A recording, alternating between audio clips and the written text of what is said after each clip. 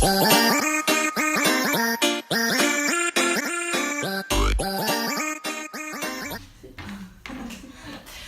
les gens, aujourd'hui on se retrouve pour une nouvelle vidéo très intéressante pour certains, pas du tout pour d'autres. Les sables bitumineux. Alors je vous arrête tout de suite, ça n'a rien à voir avec les sables, la mer et tout ça, c'est encore bien plus passionnant que ça.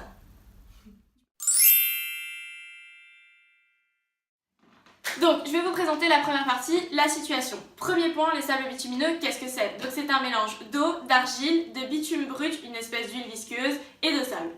Deuxième point, d'où ça vient? On les trouve essentiellement au Canada, plus précisément dans l'état de l'Alberta, où on les extrait dans des mines à ciel ouvert. Ils occupent environ 140 000 km², ce qui équivaut à 3% de la surface totale de l'immense forêt boréale canadienne. D'ailleurs, il constitue la force de l'Alberta car c'est son moteur économique, il augmente les revenus et les emplois. En d'autres termes, c'est un Eldorado polluant. Troisième point, à quoi ça sert? Ça sert à booster les réserves pétrolières et donc d'un point de vue économique, ça crée de l'emploi puisqu'il faut un bon nombre de personnes pour l'extraire. C'est bon. Ensuite, deuxième partie, la problématique.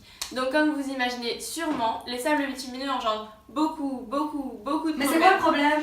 Comme par exemple des lacs toxiques. En effet, il y a des produits chimiques toxiques qui proviennent des vastes bassins de résidus des sables bitumineux.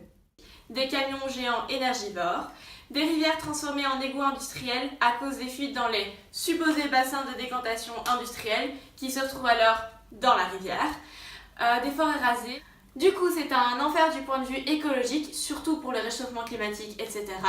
Il faut savoir que c'est le pétrole le plus sale et le plus polluant au monde. D'ailleurs, son exploitation et son transport provoquent d'autres conséquences tout aussi graves.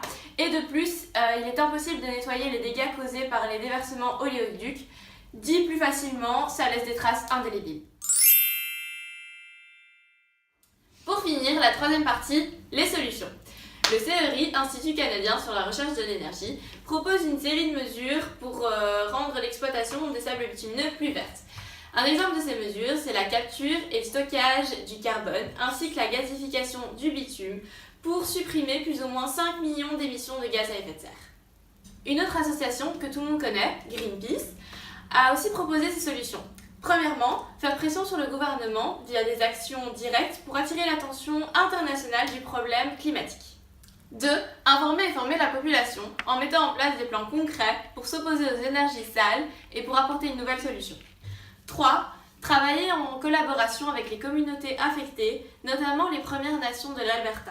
Sur ce, vu que vous avez tout compris sur le sable bitumineux, je vous laisse, je vous retrouve pour une prochaine vidéo encore plus passionnante. Ciao les gens!